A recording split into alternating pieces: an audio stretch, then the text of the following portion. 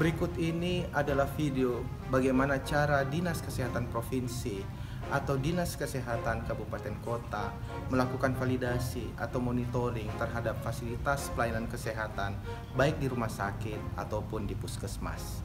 Mari kita simak bersama. Tahapan Monef validasi ASPAK adalah sebagai berikut. Pertama, evaluasi tampilan atau display ASPAK per area yang akan dimonef. Kedua, feedback Fasiankes untuk melengkapi data ASPAK. Ketiga, penentuan sampling objek monef atau validasi. 4. Visitasi. 5. Lakukan verifikasi. 6. Lakukan advokasi dari gap atau temuan yang terjadi. 7. Update status validasi. Selanjutnya, kita masuk pada evaluasi tampilan display ASPAK per area yang akan dimonef melalui langkah-langkah berikut ini. Login ke ASPAK melalui aspak.yankes.kemkes.go.id dengan user Dinkes. Kemudian, pilih menu mapping, kemudian pilih menu data kontrol, lalu pilih menu kelengkapan rumah sakit atau puskesmas. Selanjutnya dapat dilihat melalui contoh sebagai berikut. Kita masuk melalui aspak.yankes.kemkes.go.id. Kemudian kita login dengan memasukkan login Dinkes. Lalu masukkan password. Kemudian kita klik login. Setelah itu, kita masuk ke data mapping. Kita lihat pada data kontrolnya. Setelah itu, kita lihat pada kelengkapan puskesmas. Dari kelengkapan puskesmas ini, kita cari puskesmas mana yang memiliki kelengkapan paling sedikit. Kemudian, download Excel.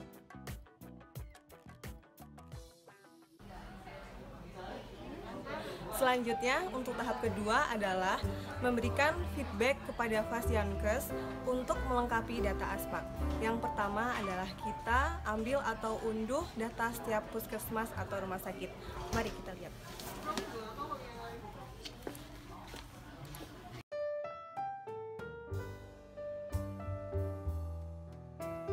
Kita masuk login, kemudian masukkan login Dinkes Kabupaten, kemudian masukkan passwordnya, klik login.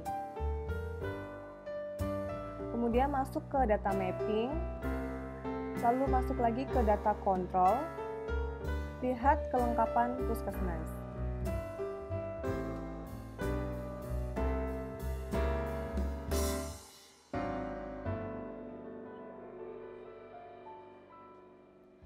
Dari data puskesmas yang ada, kita lihat kelengkapan masing-masing puskesmas. Untuk yang masih 0%, menandakan bahwa tidak memiliki alat kesehatan. Hal ini perlu untuk diklarifikasi kepada puskesmas masing-masing untuk segera diupdate. Kondisi 0% ini tidak mungkin terjadi di puskesmas, karena berarti puskesmas tidak memiliki alat kesehatan sama sekali. Trennya harusnya dalam satu kabupaten mempunyai presentase yang sama atau tidak jauh berbeda.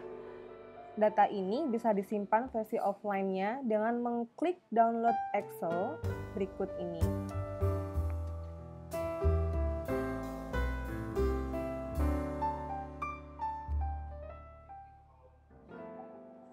Ini adalah tampilan dalam bentuk Excel-nya. Setelah melihat data ASPAK tadi, selanjutnya kita konfirmasi ke puskesmas atau rumah sakit untuk update sesuai data pada saat itu. Kemudian, ketiga, berikan tenggang waktu untuk update atau perbaiki data puskesmas atau rumah sakit.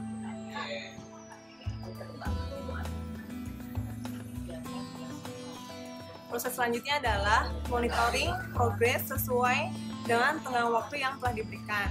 Kemudian, Jika belum diupdate, lakukan dan ingatkan kembali kepada rumah sakit atau puskesmas untuk memperbarui data agar sesuai dengan target yang diharapkan.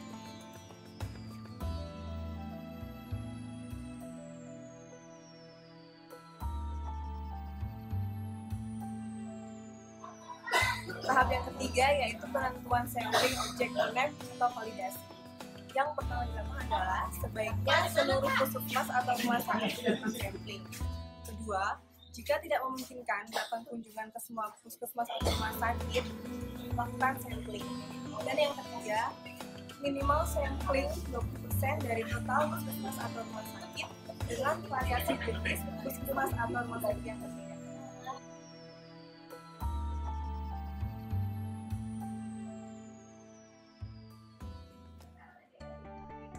Selanjutnya adalah tahap visitasi.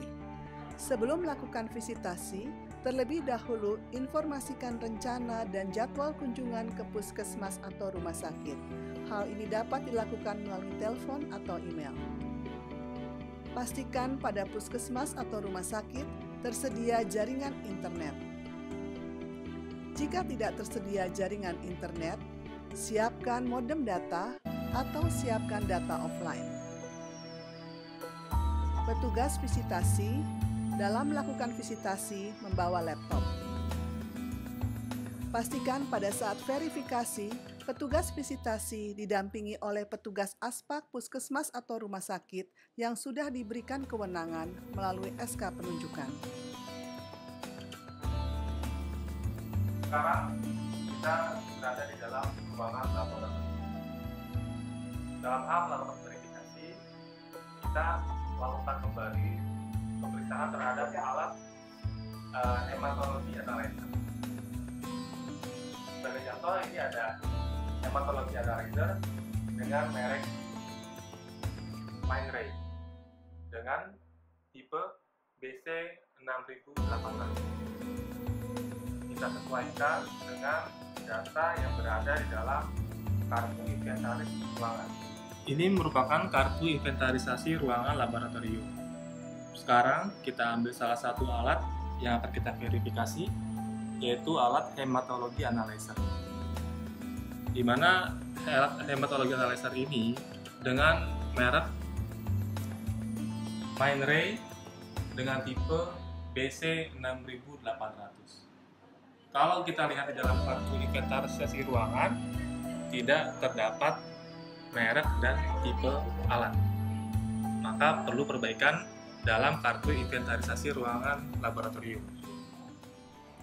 Seperti yang telah disampaikan oleh Bapak Faisal tadi, bahwa dalam kartu inventarisasi ruangan perlu adanya perbaikan pada kartu tersebut, karena dalam kartu inventarisasi belum dicantumkan merek alat, tipe, dan nomor seri, maka perlu adanya perbaikan di kartu tersebut. Dalam kartu inventarisasi ruangan ini terdapat perubahan pada alat hematologi analyzer dengan merek Mindray dengan tipe BC6800. Kemudian ada contoh lain yaitu alat centrifuge dengan merek Kubota dan tipe 4200. Setelah tahap verifikasi, tahap selanjutnya adalah kita akan melakukan advokasi. Advokasi dilakukan dari temuan masalah yang telah kita temukan tadi, yaitu tidak terdapatnya merek, tipe, dan nomor seri pada daftar inventarisasi alat. Contoh lain untuk advokasi ini adalah apabila pada daftar inventarisasi alat terdapat nama alat, tetapi pada saat di ruangan kita tidak melihat ada alat tersebut, atau sebaliknya ada alatnya tetapi pada daftar inventarisasi alat tidak terdapat nama alat tersebut. Baik, setelah tadi sudah 6 tahapan kita lalui, jadi mulai kita buat evaluasi dan aspek, memberikan feedback ke Pasienkes, kemudian sampai terakhir adalah memberikan advokasi kepada Pasienkes tentang temuan pada saat kita melakukan verifikasi di lapangan. Yang terakhir adalah update validasi data SPA di ASPA. Tapi sebelumnya kita harus membuat laporan singkat dulu mengenai hasil kegiatan verifikasi tadi yang di lapangan. Kemudian setelah kita buat laporan, baru kita melakukan update data hasil laporan itu ke aplikasi ASPA. Bagaimana mengupdate-nya? Bapak Ibu semua bisa lihat berikut ini.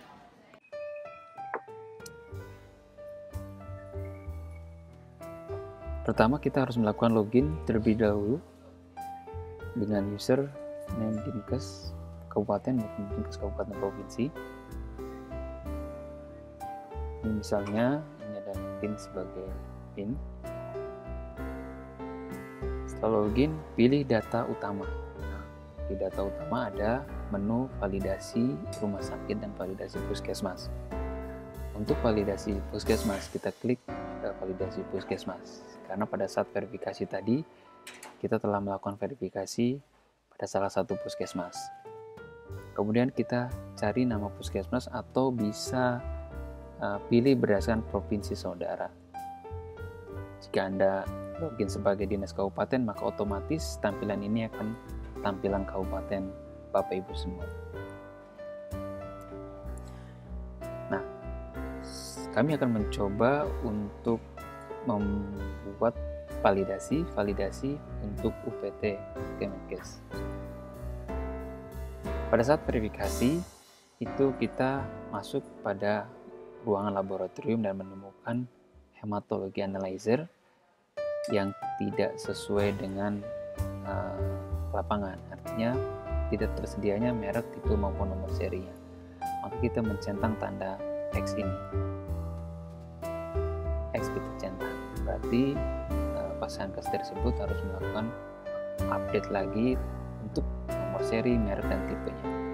Kemudian kita juga tadi pada contoh menemukan untuk sentrifuge. Nah, sentrifuge juga bilang bahwa tidak ada merek tipenya. Nah, ini adalah nomor serinya salah, jadi kita untuk kondisi validasinya dinyatakan belum valid, dan pasienkes harus melakukan validasi. Nah, menu ini ada 2016 dan 2017. 2016 adalah menunjukkan data validasi tahun 2016. Pada saat ini 2016 itu tidak bisa dilakukan pengeditan. Jadi otomatis akan masuk kepada menu di 2017. Sekian bagaimana cara untuk melakukan update validasi pada rumah sakit maupun puskesmas. Terima kasih.